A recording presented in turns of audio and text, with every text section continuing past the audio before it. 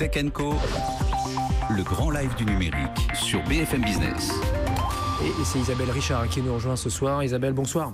Bonsoir. Fondatrice de IO2Hub. Il vaut mieux le dire en anglais qu'en français. Mais sinon, ça fait IO2HUB. Oui, c'est un petit peu difficile. IO2Hub donc, comment se démarquer dans cette jungle des incubateurs, puisque vous, vous êtes un accélérateur, pour être très précis, basé à Vienne. Accélérateur, si on imagine, j'imagine européen, basé à Vienne. Voilà.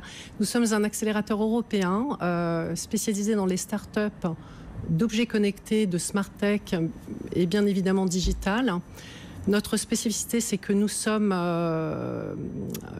avons un hub qui nous permet de développer les startups, de les aider à développer leurs produits en Chine. Ce qui veut dire que nous avons une équipe de 35 ingénieurs qui sont là, qui peuvent démarrer le projet depuis l'idée et aider les startups à passer en production de masse, en supply chain, la certification pour exporter ensuite dans le monde entier. Quand vous sélectionnez, on va y revenir, mais une start-up, c'est quoi votre objectif principal là, que vous avez en tête ? Alors, vous voulez dire au niveau du développement, nous, notre objectif, c'est dès qu'une start-up en Europe a commencé à s'implanter sur son marché, c'est-à-dire avoir de la traction, donc elle a validé son business model, son produit est prêt, c'est de tout de suite la développer sur un marché à fort potentiel, donc ça veut dire la Chine, l'Inde, les États-Unis, afin de lui permettre de prendre une position de leadership. Même si chacun de ces marchés ou pris isolément n'est pas forcément adapté. Parce que j'imagine que vous n'allez pas dérouler la même feuille pour toutes les startups que vous accélérez. Non, alors, il faut cocher des cases. Alors bien évidemment, il faut valider le business model, c'est-à-dire qu'il faut qu'il soit compatible avec le marché vers lequel on va développer la start-up. Donc ça, effectivement, ça ne va pas concerner forcément toutes les startups, mais une partie. Il y a beaucoup, Isabelle, d'incubateurs, d'accélérateurs en Europe en 2017. Quelle est votre valeur ajoutée là, vous, à IO2Hub ? Oui, notre proposition de valeur, puisqu'on a passé beaucoup de temps à étudier le marché américain, le marché européen, c'est d'abord d'avoir cette structure pour les objets connectés et d'accompagner les startups dans leur production en Chine. Et deuxièmement, c'est de les pousser à l'international. Parce qu'aujourd'hui, en Europe, on a un marché qui est très morcelé. On a de très belles réussites nationales, mais un développement européen avant d'aller sur un marché à fort potentiel est souvent très lent. Donc nous, ce qu'on veut, c'est... Vous pensez à qui, là, dans les très fortes... les succès nationaux que les gens Non, on peut penser à Blablacar ou je pense à Mythic ou ce type de start-up.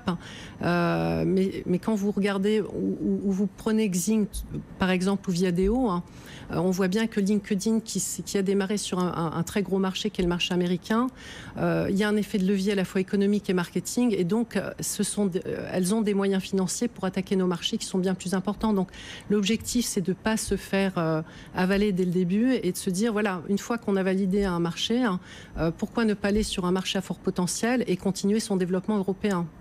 Justement, quelle est votre stratégie quand vous parlez de la Chine, de l'Inde, des USA, pour l'étranger, et que vous appliquez, que vous conseillez à vos startups ? Alors la Chine, nous on a créé un hub, c'est-à-dire qu'on a signé un contrat au mois de mars avec la Chine pour développer un accord de partenariat pour développer nos startups sur le marché chinois, et nous allons bientôt ouvrir le premier accélérateur chinois pour les startups européennes. C'est grand la Chine, c'est où alors ? Alors c'est à Shenzhen, évidemment, puisque c'est la Silicon Valley de l'électronique. Nous sommes en train de signer un contrat avec l'Inde, avec un gros accélérateur d'objets connectés situé au Bangalore, qui est la Silicon Valley de l'IT. Cette fois-ci, ça veut dire les programmeurs et les développeurs. Et bien évidemment, nous allons continuer ces couloirs, si vous voulez, d'échange. Alors ça nous sert, si vous voulez, à développer nos startups sur des marchés à fort potentiel, mais ce sont aussi pour nous des réservoirs de startups que l'on peut ensuite développer sur le marché européen. C'est ça qui est aussi très intéressant. Pourquoi Vienne ? Parce qu'on parle beaucoup de la French Tech, ou quand on parle de la concurrence, c'est Londres, c'est Berlin. Oui. Vienne, ça vient moins à l'idée là. Oui, alors Vienne. Une raison perso ou il y a une vraie raison business ? Non, alors il y a une raison perso évidemment, mais il y a toujours une raison perso, mais quand on regarde bien, on étudie bien la situation de Vienne. D'abord, c'est une porte d'entrée sur les pays d'Europe de l'Est, et ce sont des marchés avec une forte culture IT. Ça veut dire que vous avez un réservoir de développeurs, de programmeurs dans ces pays. Et donc, ça veut dire aussi que vous allez avoir des startups dans les objets connectés, le digital, qui vont en émerger, puisque ce sont des gens qui maîtrisent les technologies. La deuxième chose qui est très intéressante, c'est que comme nous nous occupons de start-up dans les objets connectés, on a besoin aussi de ces ressources-là. Donc c'est pour nous aussi un réservoir dans ce domaine. Et l'Autriche est le premier pays au monde en termes de subventions pour les start-up en démarrage. Donc ça, c'est pas négligeable. Bon, justement, là, il nous reste 2 minutes. Isabelle, terminons sur le nerf de la guerre, l'argent. Voilà. Pour incuber, pour accélérer, voilà. Il faut du financement. Là. Voilà. Comment vous vous positionnez là-dessus? Donc là, moi, j'ai financé ce projet pendant 30 mois. Aujourd'hui, depuis le mois de janvier, nous recherchons des partenaires grandes entreprises dans les secteurs de l'assurance, des télécoms, de la logistique. Les corporates ont de l'appétit. Donc, voilà. Donc, tout oui, j'imagine, en ce moment. Voilà, donc nous recherchons des partenaires grandes entreprises investisseurs et bien évidemment des investisseurs pour ce hub. Et tout le monde s'y met, effectivement. Orange, Engie, EDF, maintenant tout le monde, chaque grosse boîte, SNCF, ont des fonds comme ça, des fonds venture dédiés à l'investissement, alors avec plus ou moins des grosses participations. Parfois, c'est des petits tickets pour voir. Mais bon. Voilà, donc nous, on cherche à lever 16 millions d'euros. Il y a un ticket d'entrée pour 4 ans, puisqu'on a l'intention d'incuber, d'accélérer 100 startups sur les 4 années à venir. Ah oui, c'est ambitieux là. Voilà, c'est ambitieux. Vous avez déjà identifié au moins côté corporate là, des entreprises qui pourraient être vos partenaires rapidement? Alors nous sommes en discussion avec un certain nombre d'entre elles. Il est vrai que j'aimerais avoir des entreprises françaises dans le pool parce que je suis moi-même française. Et nous sommes en contact avec une très très belle entreprise familiale qui s'appelle Samsic, qui est une réussite fantastique, qui est encore détenue à 100% par les fondateurs, enfin la famille.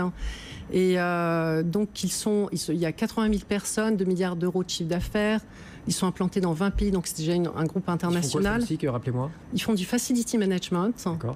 Et j'étais à une de leurs conventions la semaine dernière et c'est une entreprise qui a su garder un esprit familial, des valeurs humaines, on sent vraiment au niveau des collaborateurs la possibilité de s'épanouir. Et donc, côté start-up, pour faire robot, là, en un mot, pour ceux qui vous écoutent et qui pourraient être tentés Alors au niveau des startups, c'est vrai que nous, on cherche à la fois ce que j'appelle des visionnaires qui n'ont pas forcément les compétences techniques, puisque nous, on peut les accompagner sur le produit, sur le logiciel et sur la stratégie. Steve Jobs et Jack Ma d'Alibaba n'étaient pas des ingénieurs. Voilà, exactement. Idées, mais ils n'avaient pas forcément la manière de réaliser leur... Voilà. Et c'est la raison pour laquelle on a vraiment tout intégré pour pouvoir accompagner ce type de projet. Et bien évidemment, des startups qui ont des idées innovantes dans le B2B, plus principalement. Isabelle Richard, IO2 Hub, ce soir avec nous sur BFM Business, depuis Vienne normalement, mais là de passage à Paris. Tech & Co tous les soirs, 20h, 22h. Bonne soirée.